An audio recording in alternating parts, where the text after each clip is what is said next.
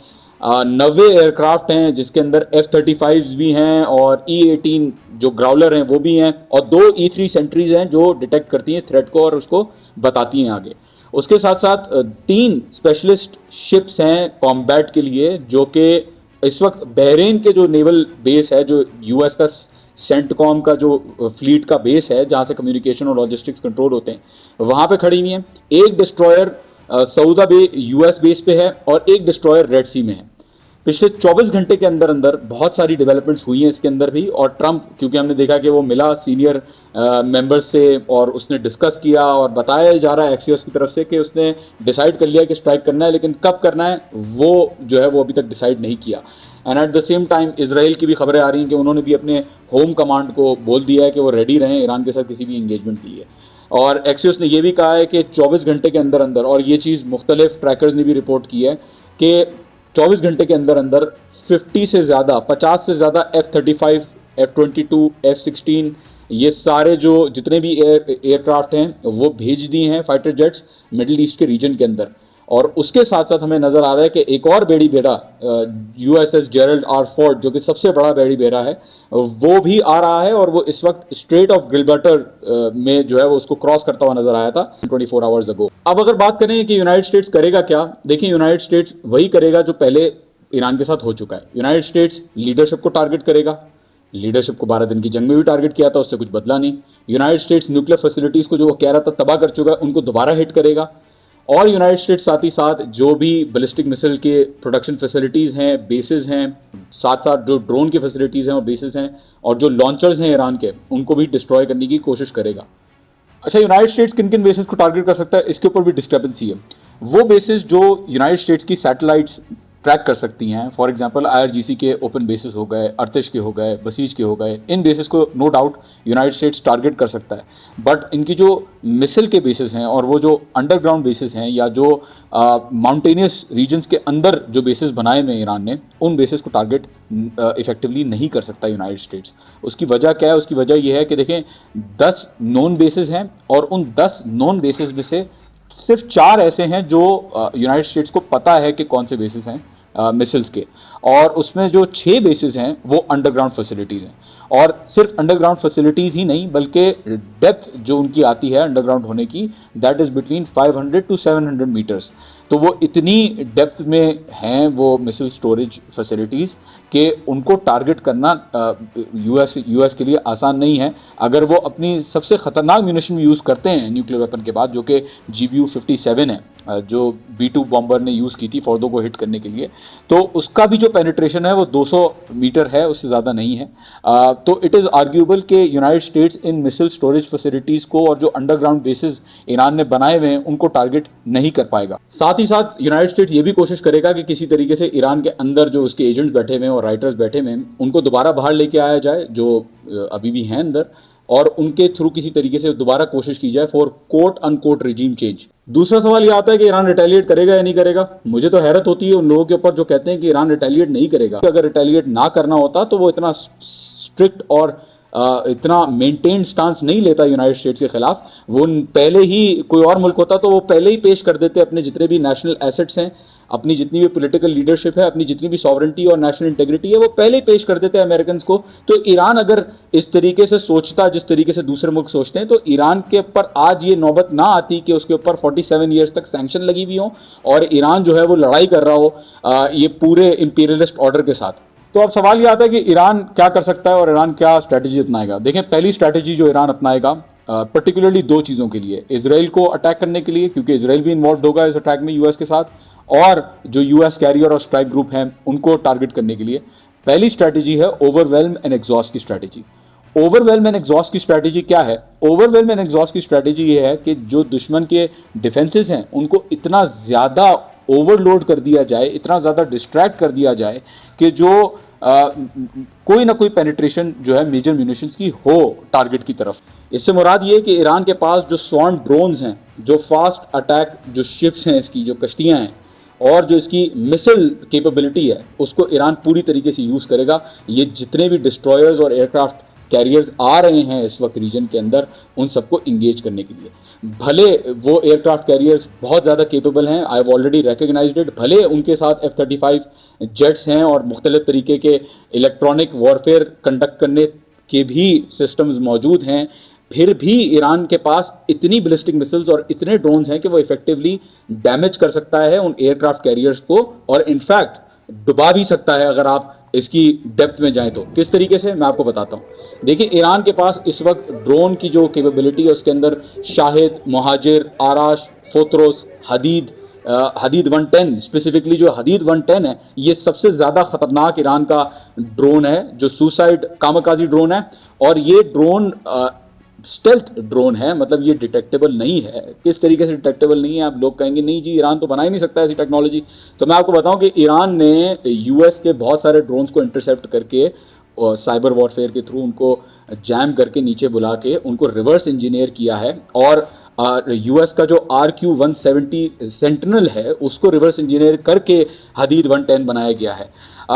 ये जो ड्रोन्स की बात करते हैं, तो ड्रोन्स की जो तादाद है वो इतनी ज़्यादा है कि ईरान रोज़ाना 400 ड्रोन्स बनाने की कैपेबिलिटी रखता है। और ईरान अगर इस एयरक्राफ्ट कैरियर के ऊपर इंगेज करे अपने ड्रोन्स के साथ अलॉन्ग विद अदर थिंग्स, तो बहुत ज़्यादा डैमेज हो सकता है वहाँ पे। दूसरा, ये ड्रोन्स के साथ कौन जाएगा? ये ड्रोन्स के साथ जाएंगी बैलिस्टिक मिसाइल्स, जिसके अंदर हाज कासिम, सिज्जील, खुर्रम शहर 4, फतह 1, फतह 2, ये सारी मिसाइल्स, अगर ईरान बहुत चीप मिसाइल्स हैं, ये ईरान बहुत आसानी से प्रोड्यूस करता है, ऑल्दो कुछ एक्सपेंसिव भी हैं, बट इन मिसाइल्स के अंदर कैपेबिलिटी इतनी है कि ये माक 15 की स्पीड तक रीच कर सकती हैं और 1 सेकंड के अंदर 5 किलोमीटर तय कर सकती है। अगर ईरान ये मिसाइल्स की, जिनका एस्टिमेशन लगाया जाता है, ऑफिशियली लोग कहते हैं कि जी 3000 से लेकर 7000 है बाहर दुनिया के लोग, लेकिन ईरान के अंदर ईरान को ही पता है कि कितनी कैपेबिलिटी है ईरान के पास बैलिस्टिक मिसाइल्स की, क्योंकि अंडरग्राउंड शहर बनाए में बड़े बड़े ईरान ने, जहाँ पे इन मिसाइल्स को स्टोर किया जाता है। तो ईरान अगर ड्रोन्स के साथ इन मिसाइल्स को भेजे, और लेट्स सपोज आप 100-200 ड्रोन्स एक एयरक्राफ्ट कैरियर की तरफ भेजेंगे, उसके साथ 5 डिस्ट्रॉयर खड़े में उसको इंटरसेप्ट करने के लिए, और लेट सपोज दूसरे डिस्ट्रॉयर्स भी आ जाते हैं, लेकिन अगर 400 ड्रोन और उसके साथ मिसिल्स ईरान अगर बैराज और सेल्वो ऑफ मिसिल्स भेजे यूनाइटेड स्टेट्स की तरफ, तो यूनाइटेड स्टेट्स का जो कैरियर है वो डेफिनेटली अगर डूबेगा नहीं तो वो डिसआर्म डेफिनेटली हो जाएगा। और लोग कहते हैं नहीं जी, उससे पहले तो यूनाइटेड स्टेट्स की जो F-35 हैं वो जाएंगे और वो लॉन्चर्स को तबाह कर देंगे। आप किस दुनिया में रह रहे हैं? ईरान जो है उसके पास सिर्फ वो लॉन्चर नहीं है जो बाहर नजर आते हैं लॉन्च पैड्स, ईरान के पास अंडरग्राउंड फैसिलिटीज मौजूद हैं, मोबाइल लॉन्चर्स मौजूद हैं जिनको ईरान इफेक्टिवली मनूवर करता है और मूव करता है लॉन्च करने के लिए। इनफैक्ट जो स्ट्रेट ऑफ हॉर्मुज़ की तरफ इलाका है ईरान का, सदर्न ईरान के अंदर भी इनके पास एक अंडरग्राउंड मिसाइल बेस है जहां से लॉन्च हो सकती है मिसाइल्स। तो इतना आसान नहीं है कहना कि यूनाइटेड स्टेट्स के F-35 जाएंगे और जितने भी मिसाइल लॉन्चर्स हैं उनको तबाह करके आ जाएंगे। 12 दिन की जंग में भी ऐसा हुआ कि इसराइल ने कोशिश की मिसाइल लॉन्चर्स को डिस्ट्रॉय करने की और लॉन्च पैड्स को डिस्ट्रॉय करने की, लेकिन वो नहीं कर सके, और इसीलिए यूनाइटेड स्टेट्स को पूछना पड़ा कतर के थ्रू कि प्लीज़ आप नेगोशिएटिंग टेबल पे आएँ, हमारा तो stock pile, defensive stock pile ख़त्म हो रहा है, तो आप काइंडली हमारे साथ टेबल पे आ जाएं बात करने के लिए। तो देखें, ये मिसिल्स, ड्रोन्स एंड थर्ड जो फास्ट अटैक शिप्स हैं ईरान की, जो कश्तियाँ हैं, लेकिन रिकग्नाइज कर लेते हैं कि ये फास्ट मूविंग बोट्स इतनी ज़्यादा इफेक्टिव नहीं होंगी जितनी ज़्यादा ड्रोन्स और मिसिल्स होंगे। ऑल्दो फास्ट मूविंग बोट्स का ये एडवांटेज होता है कि वो, क्योंकि वो तकरीबन 250 किलोमीटर पर आवर की स्पीड पे वो बड़ी आसानी से मनूवर करके अपने आप को इस जगह पे ला सकती हैं कि वो एक यूएस की ऐसी पोजीशन में उनको ले आएँ कि कंफ्यूज कर दें उनके इंटरसेप्टर्स को या डिफेंडर्स को। तो उस हवाले से ये जो बोट्स हैं वो काम आ सकती हैं, डिफ्लेक्ट करने के लिए वो काम आ सकती हैं, लेकिन रियल डैमेज जो करेंगे वो कामकाजी ड्रोन्स करेंगे और मिसिल्स करेंगी। दूसरी जो स्ट्रैटेजी ईरान अपनाएगा और बहुत ज़्यादा डैमेज वहाँ से भी हो सकता है वो है एम्बुश। अब देखिए, ड्रोन्स, मिसिल्स, ये वो वाली बातें हैं जो यूनाइटेड स्टेट्स को पता है और यूनाइटेड स्टेट्स एक्सपेक्ट कर रहा है कि ऐसी चीज़ें होंगी। जो एम्बुश है वो किस तरीके से होगा? वो होगा मिनी सबमरीन्स के थ्रू। ईरान के पास मिनी सबमरीन्स हैं जो स्पेसिफिकली स्ट्रेट ऑफ हॉर्मुज़ के लिए ही बनी हैं। स्ट्रेट ऑफ हॉर्मुज़ के लिए क्यों बनी है और यूएस क्यों इफेक्टिव नहीं है स्ट्रेट ऑफ हॉर्मुज़ में? उसकी वजह यह है कि जो स्ट्रेट ऑफ हॉर्मुज़ है, it is between 82 feet to 130 और 140 फीट, इसकी जो गहराई है वो इतनी है। अब यूएस की जो न्यूक्लियर पावर्ड सबमरीन्स हैं वो इतनी बड़ी हैं कि वो आसानी से डिटेक्ट भी हो जाती हैं और साथ ही साथ उनके साथ कोलिजन्स भी होती हैं, उनके साथ मसले भी रहते हैं। ये मैं जज्बाती बातें नहीं कर रहा, आप सर्च कर सकते हैं। यूएसएस न्यूपोर्ट 2007 का वाकया, यूएसएस हार्टफोर्ड 2009 का वाकया। तो ये जो यूएस जो सबमरीन्स हैं वो मनूवरेबिलिटी नहीं रखती इतनी कि वो जो माइंस ईरान बिछाएगा उस अपने स्ट्रेट ऑफ हॉर्मुज़ के अंदर, अगर वो बिछाता है तो उसको मनूवर कर सकें विदाउट टेकिंग एनी डैमेज। तो ये जो मिनी सबमरीन्स ईरान ने बनाई हैं, they are also very interesting. वो एम्बुश किस तरीके से करेंगी, क्योंकि ये जो मिनी सबमरीन्स हैं वो डिटेक्टेबल नहीं होती, क्योंकि वो जो है उनकी जो सिग्नल जो उनकी इमिट होती है, उनकी जो अकूस्टिक सिग्नल इमिट होता है वो बहुत कम होता है, वो डिटेक्टेबल नहीं होता नॉर्मली। तो दूसरा एम्बुश इज द स्ट्रैटेजी।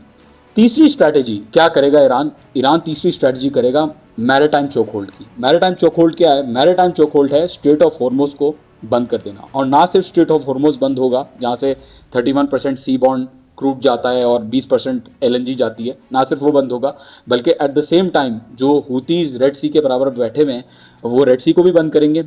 2023 में उन्होंने रेड सी को बंद किया था। जो क्रिटिक्स बोलेंगे नहीं जी हुती क्या कर लेंगे, 2023 में हुतीज़ ने रेड सी को ब्लॉक किया और उसके अंदर 176 वेसल्स हैं उनको टारगेट किया, उनको डिस्ट्रॉय किया, और इतना बुरा हाल हो गया था अमेरिका का कि अमेरिका को डील करनी पड़ी हुतीज़ के साथ सीज़ फायर की कि भाई हम आपको नहीं मारेंगे, आप काइंडली हमें ना मारें। तो ना सिर्फ स्ट्रेट ऑफ हॉर्मुज़ को चोक करने की कोशिश की जाएगी through mines and through other means, बल्कि रेड सी को भी बंद करने की कोशिश की जाएगी, और उससे सिग्निफिकेंट इम्प्लीकेशंस हो सकती हैं। इकोनॉमिक्स में डिस्कस नहीं करूंगा, आप सबको पता है कि कितना नुकसान हो सकता है कितनी पावर्स को। चौथी स्ट्रैटेजी ईरान की क्या होगी, बड़ी इंटरेस्टिंग है, वो है सपोर्ट डेप्रिवेशन की स्ट्रैटेजी। ये सपोर्ट डेप्रिवेशन क्या है? ये सपोर्ट डेप्रिवेशन का मतलब ये है कि ईरान टारगेट करेगा उन बेसिस को और उन वेसल्स को जो यूनाइटेड स्टेट्स का साथ दे रही होंगी या यूनाइटेड स्टेट्स के लिए क्रिटिकल सपोर्ट प्रोवाइड कर रही होंगी in all of their operations. इसके अंदर कौन कौन से मुल्क इंक्लूडेड हैं और कितनी ऐसी फैसिलिटीज़ हैं और कितने ऐसे लोग हैं जो टारगेट हो सकते हैं। देखिए पहले तो आता है अल उदैद एयरबेस, जो सबसे बड़ा एयरबेस है कतर के अंदर, वो यूनाइटेड स्टेट्स ने ऑलरेडी खाली करवा दिया है अकॉर्डिंग टू मल्टीपल रिपोर्ट्स। और कतर के साथ ईरान नहीं करेगा ऐसा। अगर कतर, जाहिर है कतर ने एश्योरेंस दी है कि वो नहीं करेंगे कोई पार्टिसिपेशन ईरान के खिलाफ। सऊदी अरब को भी हम एक्सक्लूड कर देते हैं, सऊदी अरब ने भी कह दिया कि वो पार्टिसिपेट नहीं करेंगे ईरान के खिलाफ। टर्की को भी हम एक्सक्लूड कर देते हैं। जितने भी ऐसे मुल्क हैं जिन्होंने कहा है कि हम अटैक में पार्टिसिपेट नहीं करेंगे, उनको हम साइड पर रख देते हैं। लेकिन 3 ऐसे मुल्क हैं जिनको ईरान टारगेट करेगा, और सबसे पहले किसको टारगेट करेगा और उसकी क्या वजह है? वो टारगेट करेगा सबसे पहले बहरीन को। क्यों बहरीन को टारगेट करेगा ईरान? बहरीन को टारगेट इसलिए करेगा ईरान क्योंकि बहरीन के अंदर यूएस का जो 5th फ्लीट का कमांड है और यूएस की जितनी भी नेवल लॉजिस्टिक्स और जितनी भी नेवल सपोर्ट है, वो बहरीन के अंदर जो नेवल सपोर्ट एक्टिविटी बेस है यूनाइटेड स्टेट्स का, उसके थ्रू आती है।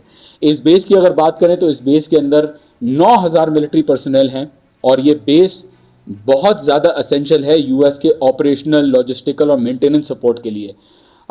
साथ ही साथ 6 बेसेस हैं कुवैत के अंदर जिनको ईरान निशाना बना सकता है। इसके अंदर जो मेजर चांसेस हैं स्ट्राइक करने के, वो हैं कैंप आरिफ जान और अली अल सालिम जो बेस है यूनाइटेड स्टेट्स का कुवैत के अंदर, उन 2 बेसिस को टारगेट करने के। अगर इन 6 बेसिस की हम तादाद लगाएं कि इसके अंदर कितने मिलिट्री पर्सनल हैं, तो 13,500 यूएस के पर्सनल वहाँ पे मौजूद हैं जो कि डायरेक्ट रेंज में है ईरानियन अटैक्स के। उसके साथ साथ तीसरा मुल्क कौन सा है जिसको ईरान टारगेट करेगा? वो है जॉर्डन। क्यों करेगा जॉर्डन को? उसकी वजह यह है कि Israel at the same time as the United States attack कर रहा होगा ईरान के ऊपर, और इसराइल को जो सपोर्ट प्रोवाइड की जाएगी वो जॉर्डन की तरफ से सबसे ज़्यादा प्रोवाइड की जाएगी, क्योंकि जॉर्डन जो है वो बिल्कुल साथ ही है इसराइल के। And eight the same time Jordan का जो बेसिस हैं, पर्टिकुलरली जो मुआफ़क़ सल्ती जो बेस है और सेमूर जॉनसन एयर बेस है, माउंटेन होम एयर फोर्स है, ये एयर बेसेस वो एयर बेसेस हैं जो अगेन क्रिटिकल हैं यूनाइटेड स्टेट्स के लिए, क्योंकि इनके अंदर बहुत सारे रिफ्यूलर्स और बहुत सारी मेंटेनेंस और बहुत सारे लॉजिस्टिक्स जो हैं वो कोऑर्डिनेट होते हैं। तो इनको टारगेट किया जाएगा। इनके अंदर तकरीबन 3000 के करीब जो है वो मिलिट्री पर्सनल हैं।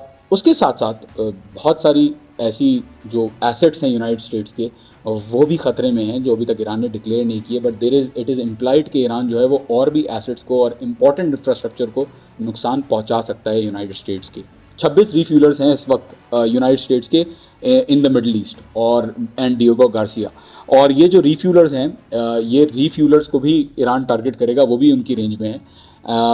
और again eight the same time point ये नहीं है कि यूनाइटेड स्टेट्स को यूनाइटेड स्टेट्स के अंदर तबाह किया जाए, बल्कि यूनाइटेड स्टेट्स के जितना भी इंपॉर्टेंट इंफ्रास्ट्रक्चर है, और मार्को रूबियो के अकॉर्डिंग जो 30,000 से लेकर 40,000 लोग ईरान की रेंज में हैं, उनको ईरान डेफिनेटली स्ट्राइक करेगा और डेफिनेटली उसके अंदर बहुत ज़्यादा डैमेज होगा यूनाइटेड स्टेट्स को। 5वीं स्ट्रैटेजी ईरान की क्या है? 5वीं स्ट्रैटेजी है multi domain approach. Multi domain approach क्या है? मल्टी डोमेन अप्रोच ये है कि ईरान ना सिर्फ अपनी कैपेबिलिटीज़ पे रिलाई कर सकता है, बल्कि जो एलाइज हैं उनकी कैपेबिलिटीज़ भी सामने आ सकती हैं। ऑल्दो ईरान को नीड नहीं पड़ी थी 12 दिन की जंग में, उन्होंने एलाइज का सपोर्ट नहीं लिया था, अपने रेजिस्टेंस ग्रुप्स का सपोर्ट नहीं लिया था, लेकिन हम हिजबुल्लाह को हटा देते हैं, सीरिया को भी हटा देते हैं, लेकिन जो हुती बैठे हुए ये उनको सपोर्ट करेंगे इन द फर्स्ट प्लेस। और जो दूसरा जो बड़ा इंपॉर्टेंट फैक्शन है वो है popular mobilisation forces in Iraq. Popular mobilisation forces in Iraq क्या है? ये एक अम्ब्रेला टर्म है जिसके अंदर बहुत सारी ऑर्गेनाइजेशंस आती हैं, जिनके अंदर हज़ारों लाखों की तादाद में लोग हैं जिन्होंने आईसिस के ख़िलाफ़ लड़ने में ईरान की मदद की थी। और ये लोग क्या कर सकते हैं? ये लोग मतलब कताइब हिजबुल्लाह आ गई, इसके अंदर असाइब अल हक आ गई, सैयद शहदा आ गई, डिफरेंट बदर ऑर्गेनाइजेशन आ गई, डिफरेंट ऑर्गेनाइजेशंस हैं इसके अंदर, जो कि यूनाइटेड स्टेट्स के जो ट्रूप्स हैं इस वक्त तकरीबन 3000 के करीब या 2500 के करीब यूनाइटेड स्टेट्स के अभी भी ट्रूप्स मौजूद हैं इराक के अंदर, उनको निशाना बना सकती है। ऑल्दो जो बेसिस हैं उनको लार्जली खाली कर दिया गया, लेकिन कुछ फैसिलिटीज़ अभी भी हैं यूनाइटेड स्टेट्स की इराक के अंदर जिनको ऑन ग्राउंड ये ग्रुप जो है वो टारगेट कर सकते हैं, ऑल्दो इसकी ज़रूरत शायद ना पड़े। देखिए खुलासा कर दूं, ईरान और अमेरिका की अगर जंग होती है तो भी ईरान का फ़ायदा है, अगर जंग नहीं होती तो भी ईरान का फ़ायदा है। इसमें कोई डाउट नहीं है कि ईरान को नुकसान बहुत ज़्यादा होगा, बहुत सारे मासूम लोग मरेंगे, बहुत सारे ईरान की अपनी जो पॉलिटिकल और मिलिट्री इंफ्रास्ट्रक्चर है उसको बहुत ज़्यादा नुकसान पहुँचेगा। But at the same time Iran इस तरीके का रिस्पॉन्स करने की कैपेबिलिटी रखता है और डेफिनेटली कर सकता है यूनाइटेड स्टेट्स को रिस्पॉन्ड, कि यूनाइटेड स्टेट्स वाकई में कभी दोबारा किसी मुल्क को थ्रेटन ना करे। और ईरान अगर यूनाइटेड स्टेट्स जैसी सुपर पावर को एंगेज कर सकता है और उसको इफेक्टिवली टारगेट कर सकता है। जैसे कि मार्को रूबियो ने कहा कि 30 से 40 हज़ार सोल्जर्स अभी इस वक्त ईरान की रेंज में है, तो अगर इफेक्टिवली डैमेज कर सकता है तो यूनाइटेड स्टेट्स के पास खोने को ज़्यादा है, ईरान के पास खोने को इतना ज़्यादा नहीं है, क्योंकि जो चीज़ें यूनाइटेड स्टेट्स करने वाला है ईरान के साथ या कर सकता है वो ऑलरेडी ईरान के साथ पहले भी हो चुकी हैं and they have recovered from it. और जो क्रेडिबिलिटी है यूनाइटेड स्टेट्स की एज अ सिक्योरिटी प्रोवाइडर, वो दोनों इंस्टेंसेस में, जंग के इंस्टेंस में या जंग नहीं होती, दोनों इंस्टेंसेस में यूनाइटेड स्टेट्स को यही उसकी जो दीवार, उसने गुरूर की दीवार और जो बुत खड़ा किया हुआ है अपना एज द ग्लोबल पावर कि वो कुछ भी कर सकता है, वो जो आइडियोलॉजी है वो ब्रेक होगी। अगर जंग नहीं होती तो यूनाइटेड स्टेट्स को कॉम्प्रोमाइज़ करना पड़ेगा, क्योंकि इतना सारा जो खानदान अपना लेके आ गए हैं उसको किसी ना किसी बहाने से वापस तो लेके जाना है ना। तो किसी तरीके से यूनाइटेड स्टेट्स ईरान के साथ डील करेगा न्यूक्लियर प्रोग्राम के ऊपर और कहेगा ट्रंप के देखा मैंने तो न्यूक्लियर प्रोग्राम पे ईरान को राज़ी कर दिया है, जब जिस पे ईरान पहले से ही राज़ी था इतने सालों से, और आप ही निकले 2018 में JCPOA एग्रीमेंट से। तो पहली सिचुएशन ये होगी कि कोई ना कोई सिंबॉलिक डील करके, टेम्परेरी डील करके यूनाइटेड स्टेट्स अपने आप को वापस लेके जाएगा, और जिसके अंदर Iran will exist to be a major power in the region, क्योंकि यूनाइटेड स्टेट्स को इस तरीके से यहाँ से शर्मिंदा करके भेजना बेइज्जती के साथ ये आसान काम नहीं है।